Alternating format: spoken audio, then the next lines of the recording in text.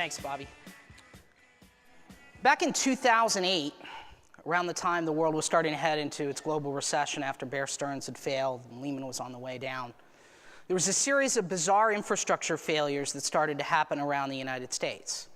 In North Carolina and Virginia, there were over 130 cell phone towers that were mysteriously taken offline. In Ohio, there were some near misses and air collisions because one of the flight control towers mysteriously stopped working one day. In Mississippi, there were several people that died because the storm sirens that normally alert people about an incoming tornado failed to go off. And out west, Union Pacific trains were at risk of running derailed because some of the signal and control systems that operated them had suddenly stopped working. Now, some of you might be thinking, well, there must have been a computer virus that made its way into all these various different systems. But that wasn't it. Others might be thinking, well, there was probably a factory somewhere that made this single part that powered all these devices that unexpectedly shut down and the world was caught off guard. Others might be thinking, let's blame Congress. A lot of these things are municipal facilities. They didn't provide the budget approval on time, and so they went down.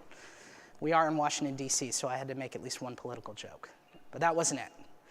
It was actually organized crime groups going around and stealing copper wires out of these facilities. Around that time, unemployment had gone up, people were heading into a recession, and they were looking for quick and easy ways to make money. Copper and many raw materials around that time, the prices of which had skyrocketed. And so they could take them, they could sell them to a scrap metal facility who would put them on a barge and export them to Mongolia or Taiwan or China or some other place in Asia that was short on copper supplies, and they could make a fortune doing it.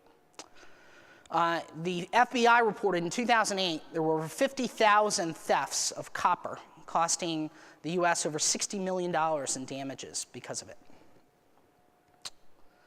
Now, this wasn't the first time that there's been raw material shortages that have led to these type of organized crime material waves. Back in 2004 in Chicago, there was something called the Great Drain Robbery, where people were going around stealing manhole covers. There were 150 manhole covers stolen in 1 month from Chicago and sold to scrap yards because they were so valuable. What you see here on this picture is a place called Mount Whaleback, Australia. Now, many of you in the room, even if you've been to Australia, probably haven't heard of a place called Mount Whaleback because it's in the western part of Australia, which is one of their states that's about 5 times the size of Texas, and up until recently has been pretty sparsely populated. But in recent years, about 100 people a day that have been immigrating into Western Australia, primarily because of the mining activities around this Billiton-owned area in Mount Whaleback. Every day, there's 1 million tons of iron ore that are exported to China. They excavate the ground with trucks that have wheels that are twice as high as me. They put them on the longest freight train in the world that has 334 cars and is over 2 miles long. And they travel 300 miles to a place called Port Hedland, where they're put on 8 different ships that dispatch daily to feed China's growing demand for iron ore, which of course is used for steel, to fund constructions and appliances and various other things. Now, iron ore and copper are not the only raw materials that have been highly sought after in recent years. We all know from going to the gas pump and looking at our power and natural gas bills every day. It always takes people about 20 seconds to read that. Energy prices have been skyrocketing over recent years as well. They peaked in 2008 and went back down again in 2009, but have been going up. And it's not just raw materials and energy products, but really any commodity. If you were to chart from 2000 until today, the increases in raw material prices, you could see they spiked in 2006, 2007, 2008. A lot of these things are traded on commodity markets, so they somewhat reflect the global economic situation. So they dipped down again in 2009, but then went back up to record highs here over the past few months in the summer. And this is everything from coffee beans to corn to the cotton that we use for apparel products. And it's leading to some really crazy behaviors. So you thought manhole covers and stealing copper was odd. One of the biggest problems they have in the Midwest is people stealing pigs. There have been over 1,000 pigs stolen in southern Minnesota and Iowa in the past 90 days. You get $200 for a pig, and they're pretty easy to steal because they don't keep them in barns. They actually keep them out in the middle of the crops, far away from where the farmers live. So you can come in the middle of the night and back up a truck, pick yourself up a couple hundred pigs, and send them off to the places they do whatever they do with pigs, and they're gone, right? Now you look at all this stuff around raw material prices and food and some of the crazy things that are people doing, and you think, This is only going to get worse, right? As population increases, what's going to be like in 10 years, 20 years, 30 years, 40 years from now? And that's one of the biggest challenges that we face, not only as a supply chain, but as a civilization. Well, the good news is, although population rates were exploding throughout most of the 20th century, the actual growth of the worldwide population is going to start to taper off. So here in the next 6 months, we're actually going to hit 7 billion people on the planet. And that will continue to rise up to about 9 billion by the year 2050. Countries like India, most of the countries in Africa, most of the countries in Asia will continue to experience significant population growth. But then it's going to level off around 9.2 billion. And surprisingly, a lot of the countries like Russia, Japan, even some of the countries in Eastern Europe are going to actually experience population decline by up to 10%. It'll be a problem here in the United States as well. So while in the newspapers today you hear about immigration battles in Arizona and Alabama, demographic experts predict that in 30 years, the United States is going to be begging people to immigrate to our country because there's going to be such a shortage of labor. Actually, the biggest problem is not going to be lack of energy, lack of food, lack of raw materials for the supply chain, but actually lack of water. So even though water covers 70% of the planet's surface, only about 2% of that water is actually useful to drink. And as the population grows, more people get into the middle class. They start using laundry machines. They start using power. Water is pretty much used in everything that our daily lives require. There's going to be more and more scarcity around water. We also, as a civilization, have overexploited a lot of our water resources or not managed them very well. For example, the City of London, 30% of the water pumped through its underground piping system is lost due to leaks because it's been poorly maintained. So water scarcity will actually be a huge problem. That's a good reason why our friends at Dr. Pepper Snapple and SAB Miller and other companies like Coca-Cola have really taken a leadership role in water stewardship and water footprinting and figuring out ways they could use less water in their production and their materials, ways they could recycle more clean and usable water back into the environment, or undertakes conservation projects. It's also a big business for industrial companies like GE and Siemens, who are doing a lot in the area of water waste management, treatment, and desalination plants. Saudi Arabia already gets 50% of its water through desalination plants.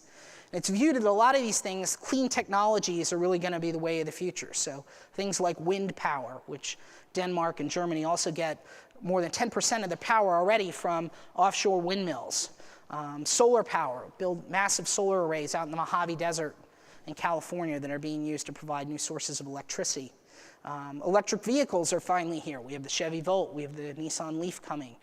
Many in the room might already drive hybrid electric vehicles. There's views in the future that we're going to have things that run on natural gas or hydrogen. Now, while these clean tech products do reduce our dependence on petroleum and traditional fossil fuels, they do create a new supply chain challenge in that a lot of these things are dependent upon a new class of raw materials we call rare earth metals. Now, these are not things that you've heard of. They're things like neodymium and lanthanum, but many of these rare earth metals have very powerful magnets that are about 100 times more powerful than a typical magnet and 10 times smaller. So they're very useful in things like the earbuds that you get with your iPod or a hard disk drive in a laptop or some other small device where size and power is a premium. But they're also used in a lot of these hybrid electric vehicles. Now, one of the interesting things about rare earth metals is China has a virtual monopoly on rare earth metals today. They control about 97% of the production. So while we've been talking about examples of China importing coal and iron ore and various different other resources, China is actually a very resource-rich country. And in fact, they've undergone a lot of criticism in the press about why they haven't been exporting rare earth metals on a more consistent basis to the EU and the US and other countries. Now, China's not the only one that has large mineral deposits. Russia does, Australia does, as we mentioned a few minutes ago, Brazil does, South Africa does. And a lot of the developing countries have large mineral reserves as well. Now, one of the challenges with excavating raw materials from some of these developing countries are the worker conditions there. So Congo, for example, is a great source of tin, of tantalum, of cobalt, of tungsten, things that are used in cell phones and electronics, avionics, things that go in your car. But many of these minerals are actually mined by illegitimate businesses that are controlled by local militia and rebel groups.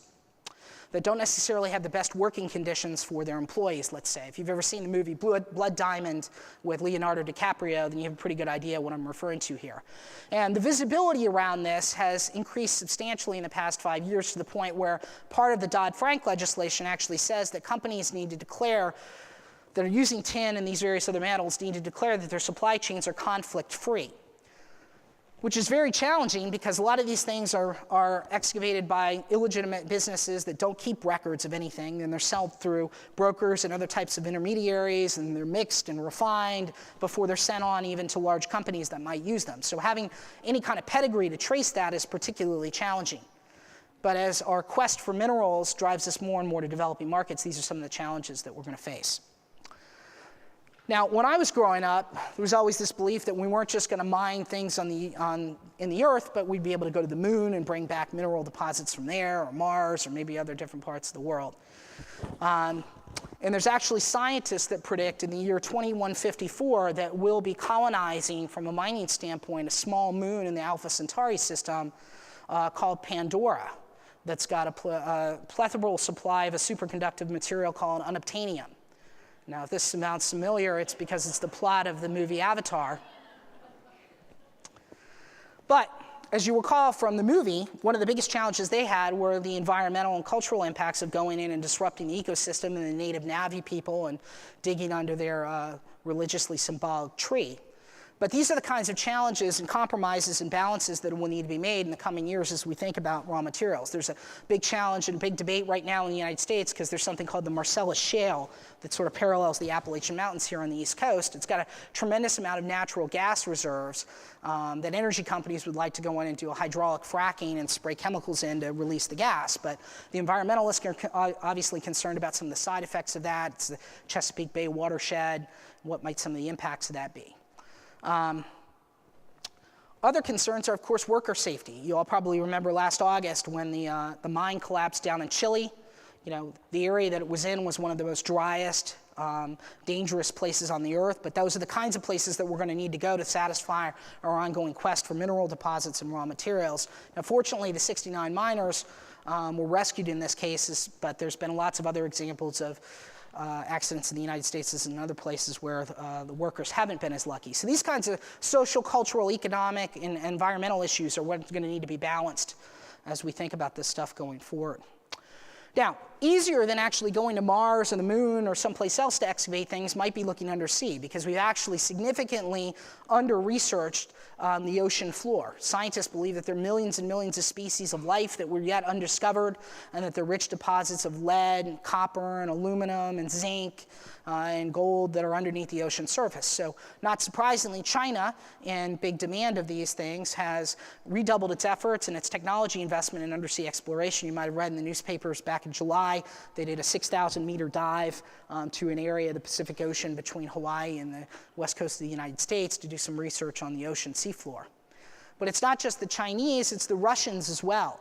Some of you might remember back in August 2007, they took an icebreaker ship up to the North Pole, cut a hole in the ice, put a submersible, went down 4,000 meters and stuck a 1-meter Russian flag at the exact point of the North Pole and said, "We declare the North Pole as ours." Needless to say, the other countries like Denmark and the United States and Canada, which also have territorial claims in the Arctic region, were not particularly amused by this. Probably the funniest part of the story, though, is the Russian media put some images like you see in the upper right out in the press. It's television footage. Reuters picked it up, pushed it throughout the Western world, and it took a 13-year-old in Finland to discover that wasn't actually footage of the Russian submarine at all. It was the opening scenes of James Cameron's Titanic that they had tried to pass off.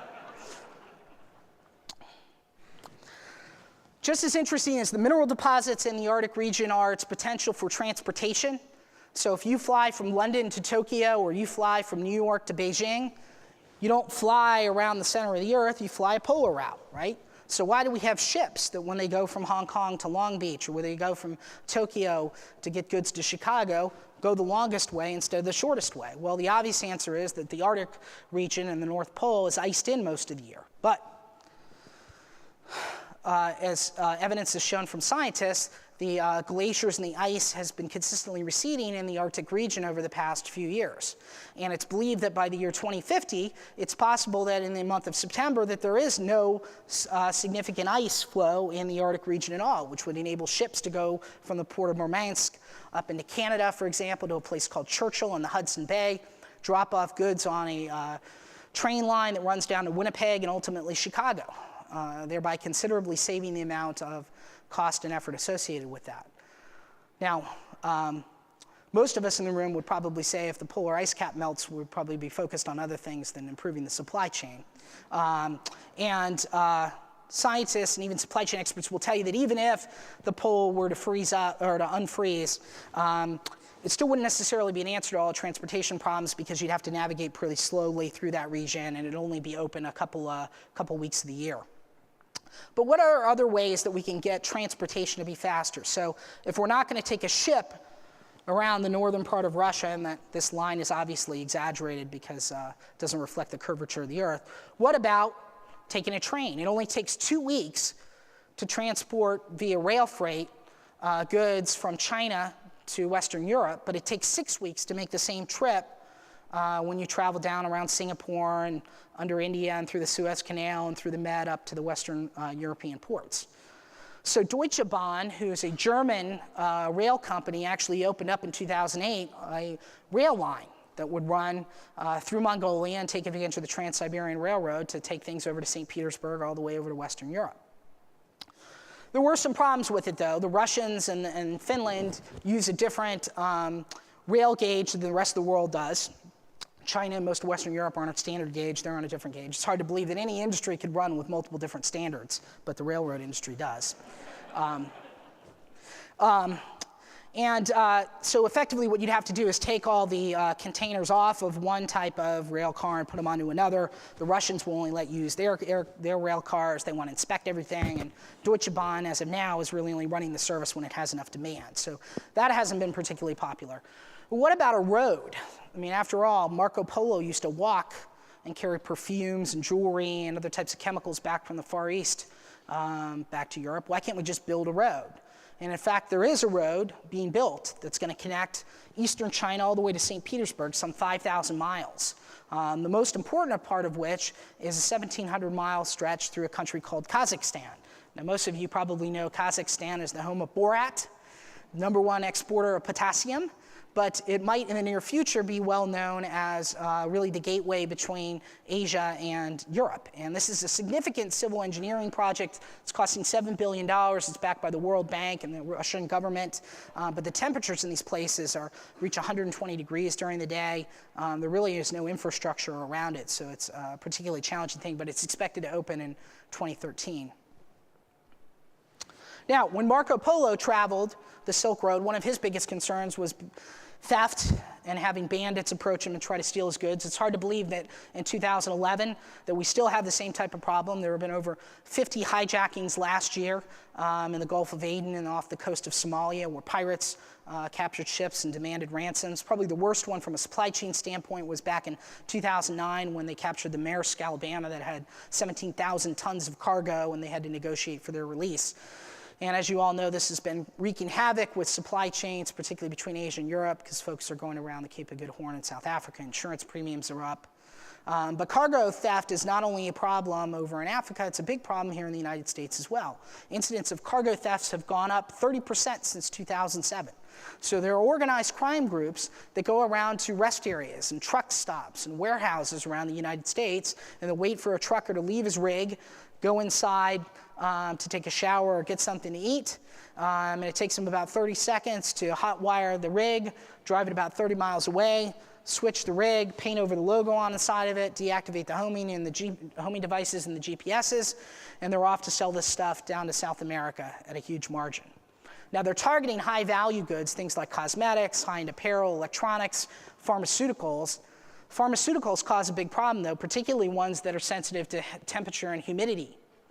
right? Because we have a very sophisticated cold chain that ensures the integrity of those medicines and vaccines and drugs to keep all of us safe that take them. But you can't rely on criminals to actually abide by those rules. So when a $10 million worth of pharmaceuticals gets stolen in a truck, you might have to pull everything in the lot that was manufactured around the same time frame completely off the market just to be safe, which could cost up to $50 million in losses.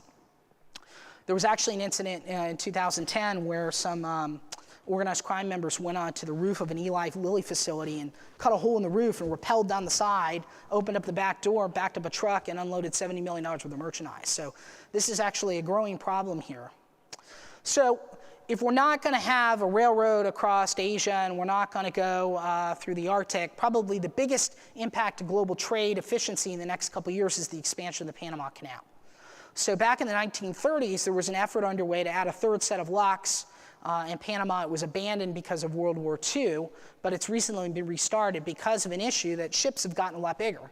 Even as far back as the 1960s, a lot of the US military vessels couldn't go through the Panama Canal on their way over to the Korean War because they were too deep to navigate the canal, or they were too tall to fit under the Bridge of the Americas on the Pacific side of the canal.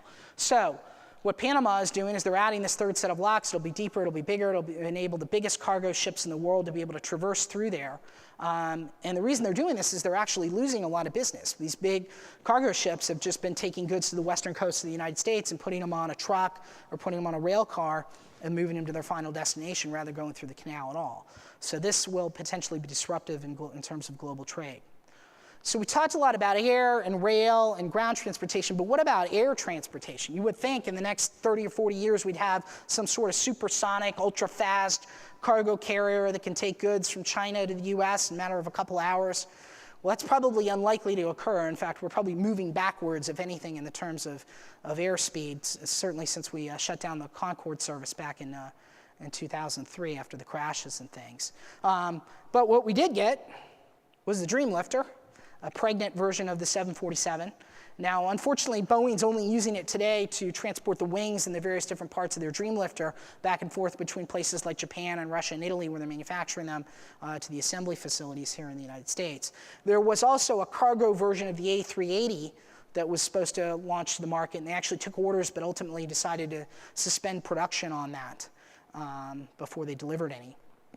But speaking of the 787, the first commercial plane has finally been delivered to ANA, and the first flight, which will be between Tokyo's Narita Airport and Hong Kong, is scheduled for a little over 2 weeks from now on October 26th.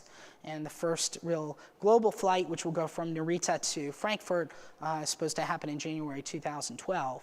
And of course, the Boeing 787 using lighter materials is much more fuel efficient. It's going to have a longer range. It's got a much more desirable interior cabin.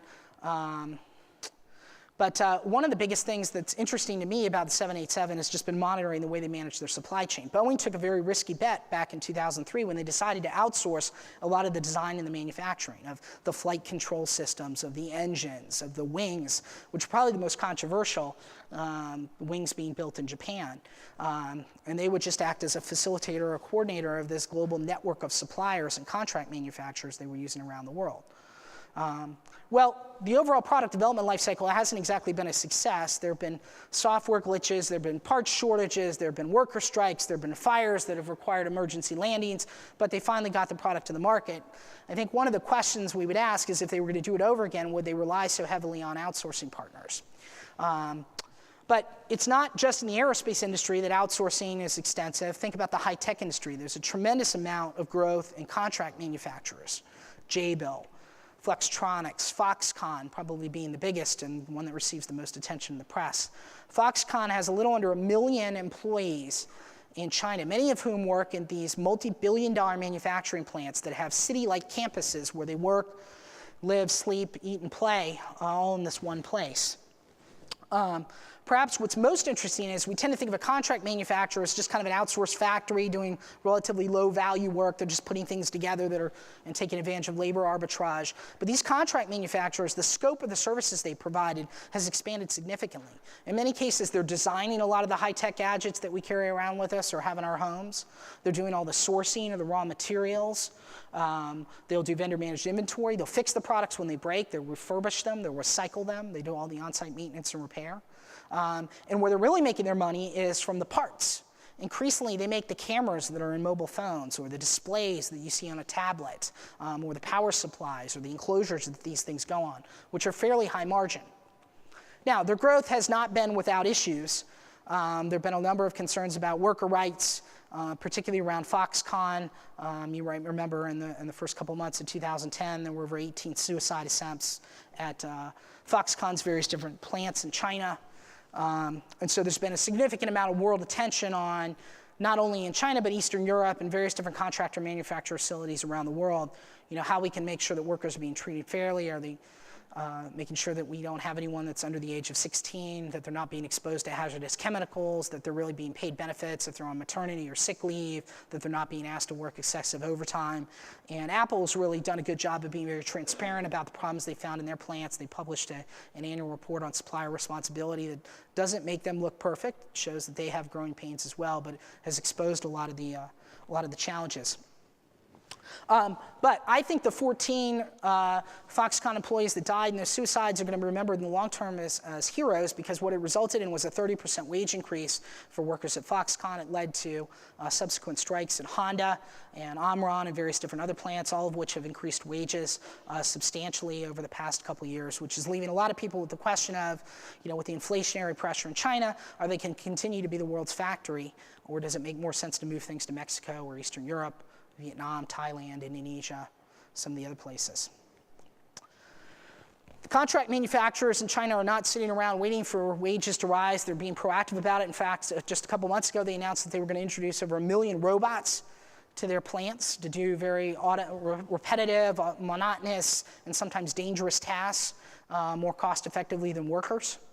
And so what's amazing about these contract manufacturers is they're really some of the most innovative folks in the supply chain. But if you look at things like Gartner's top 25 supply chains, and Kevin O'Mara, who does the study, would say the same thing, contract manufacturers are conspicuously absent from this.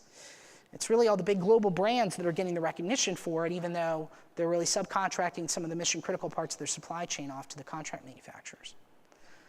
Gartner, of course, ranks these companies on return on assets and inventory turns, and they've been evangelizing this concept of a demand-driven supply chain for several years now. We've talked a lot about the supply bubble up until now, but let's spend the rest of the presentation talking about demand and product innovation. And one of the biggest areas of focus for product innovation is, of course, new product introductions. It's where the bulk of research and development funds are. And historically, although it's gotten a lot of the investment, it's really not had a huge impact on earnings or revenue in the year 1, year 2 after new products are launched. Maybe it's 1, maybe it's 2% of revenue. But there's always been a strategic advantage to being first to market because you get brand recognition that usually leads to long-term market share. But that situation has been changing rapidly in the past couple of years as we've introduced new devices with short life cycles like tablets and smartphones. The amount of revenue to be generated in the first couple months of a new product launch can be upwards of billions of dollars, which has got companies focused on this. It's not a new problem. It's really been a problem in the toy and the video game sector for a while. You think back even to the 1980s in the days of Atari. Believe it or not, there was a time when Atari was probably cooler than Apple is today. Right? And everybody had one of their 2600 game consoles, and they dominated the market with 80% share, well above Coleco and Activision and Television and all the other products in the market. But Atari ultimately had problems with demand forecasting. In 1981, they introduced their popular Pac-Man game, but they overestimated demand. They only sold 7 million units of the cartridges. They had estimated they were going to sell 12 million, so they had a considerable amount of excess. Problems got worse when E.T. came around. Of course, the movie at the box office was a smash. Atari went and negotiated rights with Steven Spielberg to be able to develop a unique game based on the E.T. theme that they would bring to market. They only had a few months to do it, and so they rushed the product to market, and it, needless to say, received some considerably unfavorable reviews from the consumer population who thought the graphics quality was low and the interactive features of the game were difficult. But forecasting video games, DVDs, music, products like that are particularly hard because demand goes from 0 to maximum on the day of launch. And in many of these segments, 60 to 80% of the lifetime sales of a product will occur just in the first couple weeks after its launch. So if you get it wrong and you underestimate, you have a massive revenue opportunity that you've foregone. So Atari, when they made E.T., massively over-forecasted it. Unlike Pac-Man, there wasn't an arcade version of E.T., so they really didn't have anything to go off of in terms of how popular this game was going to be or to get feedback about it. Now, what's probably more interesting than the over-forecasting is what ended up happening with the extra cartridges. So Atari has never confirmed this, but industry insiders will tell you that they took 14 truckloads of shipments from a plant in El Paso to New Mexico, and they buried them underground and crushed them and put cement over top of them. So when you hear about these UFO sightings in New Mexico, you can wonder if maybe it's some of the ghosts of the Space Invaders and E.T. games that are buried in the desert out there. Probably the best new product launch of all time, which by many respects was a failure, had to do with the Star Wars franchise. So back in May of 1977, when the Star Wars movie was first introduced, no one was expecting it to be a success. It was over budget, it was delayed. Even the studios that were backing it really were questioning how successful it was going to be. Now, a small company named Kenner had gone and negotiated the licensing rights to make merchandise around Star Wars, but like everyone else, they didn't think the film was going to go well at all, so they didn't bother to make any merchandise for the launch. Of course, everyone was wrong. It was a smashing success. People lined up around the block just to see the movie, and they went back 2 or 3 times dressed up in various different costumes. The problem Kenner had, of course, which was a good problem to have, was they had exclusive rights to the licenses, but they needed to get merchandise to market. When you start in June or July of 1977 and try to get a product to market in December was pretty challenging because back then it would take 12 months to get the molds and everything set up for these action figures. So what they did was relatively ingenious. Instead of actually getting the action figures to market, they sold people a $16 cardboard certificate that said, you can buy this in the store, put it under the tree for your kid, mail it in, and 60 days later, when the products are actually available, we'll mail you Princess Leia, Luke Skywalker, R2-D2, and Chewbacca. And it was an amazing success.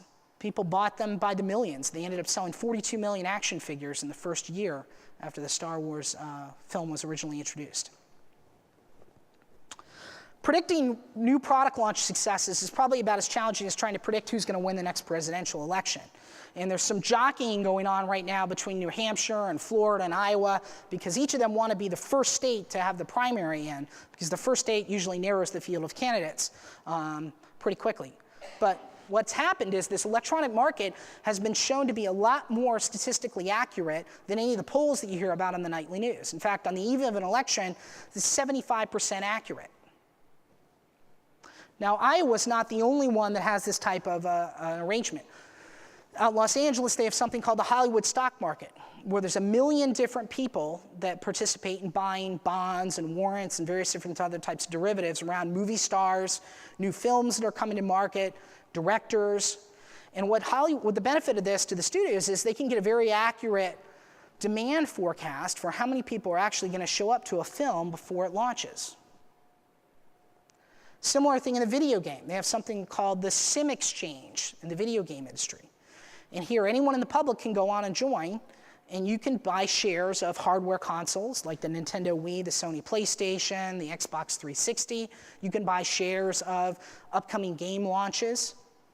And what's great about this is that the game publishers and the hardware manufacturers and the retailers can get very good insights into the actual forecasted demand on a level much more accurate than their internal forecasts would give them about what the sales of new video game titles are going to be. Now, in today's world, probably the biggest product launches are anything that Apple does, right? And so this Friday, the Apple 4S is going to go on sale. And one of the big challenges Apple and its contract manufacturers and its suppliers have is what is going to be the demand for this new product? Now, a lot of you might be saying, anything that Apple produces turns to gold. Why don't they just make as many as humanly possible? And I'm sure that we'll sell them. But Apple was not so certain, right? If you remember a week or two ago, everyone was thinking they were going to announce the iPhone 5. And they did. Right? They announced the iPhone 4S It's gotten mediocre reviews, even though it's got better voice recognition software, and it's got 1080p digital HD video and a bunch of other stuff. People really were expecting a big bang launch. The other factor that's incredibly influenced demand is, of course, the passing of Steve Jobs, which has resulted in a lot of people buying Apple products just because of the enthusiasm around the culture that he created. The same thing happened when Michael Jackson died. Within 10 minutes, all of his products sold out on Amazon.com because people wanted to remember him and buy merchandise around it. So those two things actually had a heavy degree of influence. Now, it turns out that demand has been overwhelming. They have sold over 1 million units of the iPhone 4S in the first 24 hours. But what's great and what's revolutionary about this is Apple and AT&T and Sprint and Verizon and everyone else selling the phone, they know in advance, or at least a couple weeks in advance, what demand for the product's going to be, and they can start to align their supply chains and their manufacturing capacity based on predicted demand. Now, historically, the way that we've had to forecast demand has been through point-of-sale data or sales forecasts or inventory positions. But the thing I always think about point-of-sale data is it's in many respects looking backwards, right? You're looking at buying patterns over the past couple weeks, the past couple months, or maybe last year. What happened last week in the stock market or last year in the stock market certainly isn't indicative of what's going to happen this year. What happened last year in the Major League Baseball pennant race is not indicative of what's happening this year, right? So how can we get some forward-looking demand signals? How can we get customers to tell us what they're going to buy before they buy it? Well, fortunately, this whole process is getting a lot easier because people are putting more and more of their future buying intentions up on the internet. Look at something simple like the Amazon.com wish list. It's been around for 10 or 12 years. But Amazon knows, and anybody that makes their wish public, any of us can know, with a relatively high degree of precision, what's going to be bought and when, because most people will enter in dates around this. So for example, Bobby Patrick, who's been narrating this session here, is going to turn 40 in a couple weeks. His birthday's up there. Amazon knows that his friends and family are probably going to buy a lot of the products on his wish list on or around his birthday. Same thing is true at Christmas, right? Ryan Crodel, who hosted our customer advisory board yesterday, is having a baby in a couple weeks, right? He might have gone to one of these baby registries at a site like Babies R Us and entered in the expected due date and the shower date. So Babies R Us and Toys R Us know with a pretty high degree of precision that these products are going to be bought on or around one of these dates. And they can factor that into their demand planning models. And in many cases, a lot of this data is publicly available, right? Now, a lot of you are sitting in the audience saying, yeah, but retail sales are only online sales are only 6% of overall retail sales. That's true at an aggregate level, but look at categories like electronics, computers, games, books, movies, where they're approaching 50%. And even those products where it's still in the low single digits, the amount of purchasing influenced by online research before an actual physical transaction occurs in the store is growing astronomically. So you can see in the yellow chart here, online influence sales. Now, companies are getting more and more sophisticated about the ways that they're trying to estimate sales forecasts and demand. UBS announced last year that they were actually paying commercial satellite operators to fly over Walmart and Target stores so they could count the cars in the parking lot. And they would develop these statistical models that correlated the number of cars in the parking lot to what they thought Walmart's sales were going to do. And they were able to sell that data to their hedge funds and their exclusive clients to give them an edge in stock market trading, right? So I think that this is the way that the supply chain is going to go. I think supply chain planners are going to start thinking like hedge fund managers. Now, this is probably a crazy time to introduce this when we've got thousands of people standing outside the New York Stock Exchange saying Occupy Wall Street. I'm standing up here telling you, no, be more like them, right? But in all seriousness, there's a massive amount of data. Most of it's digitally being captured. Doug talked a lot about great examples of how Dell's leveraging data on Twitter, data on Facebook, data on Amazon.com. This is a great example of a big data problem, and I think the companies that can harness that data and make use of it are going to have a competitive advantage in the market.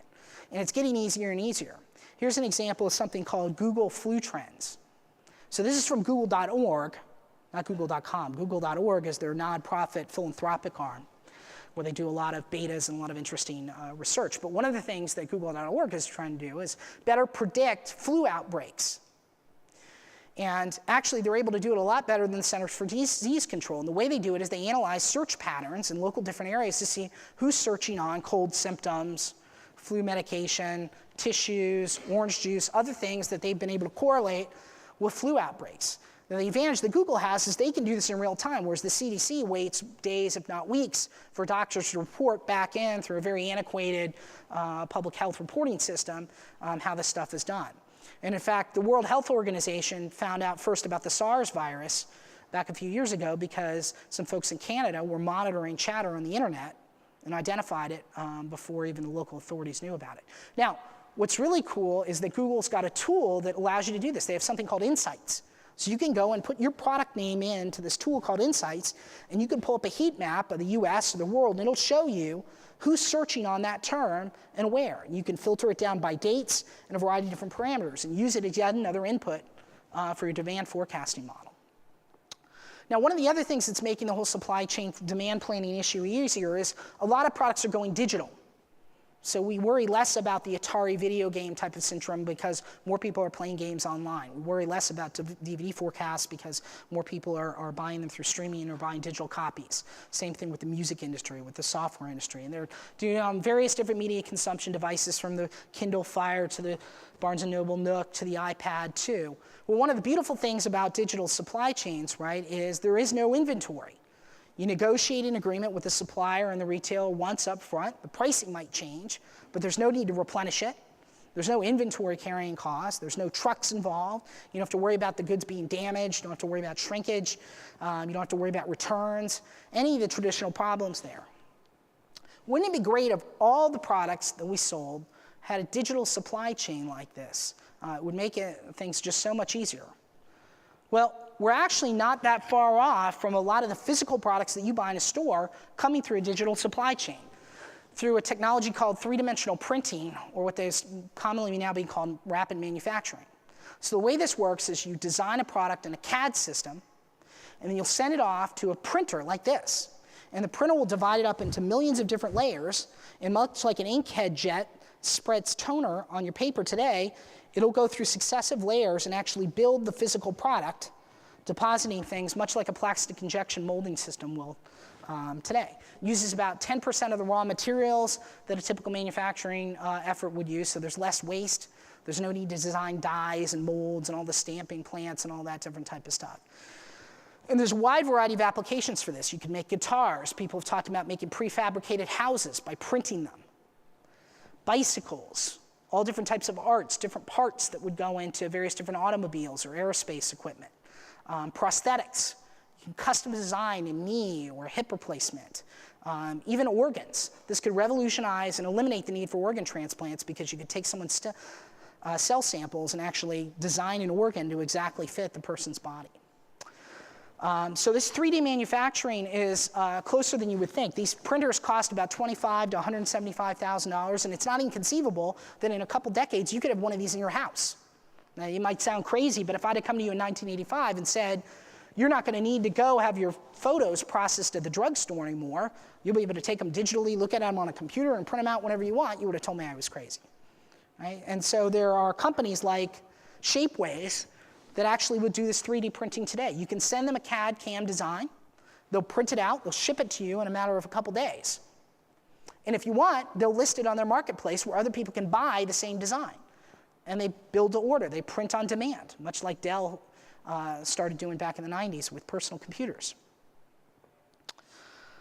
So what this means is it's really going to rapidly increase the pace of innovation. There's lower risk. There's lower cost associated with new product introduction. You can experiment with these types of things. You don't have to go set up a manufacturing line and build all kinds of fancy machinery to do things. All you got to do is model it in CAD and send it to one of these printers, and you're off and running.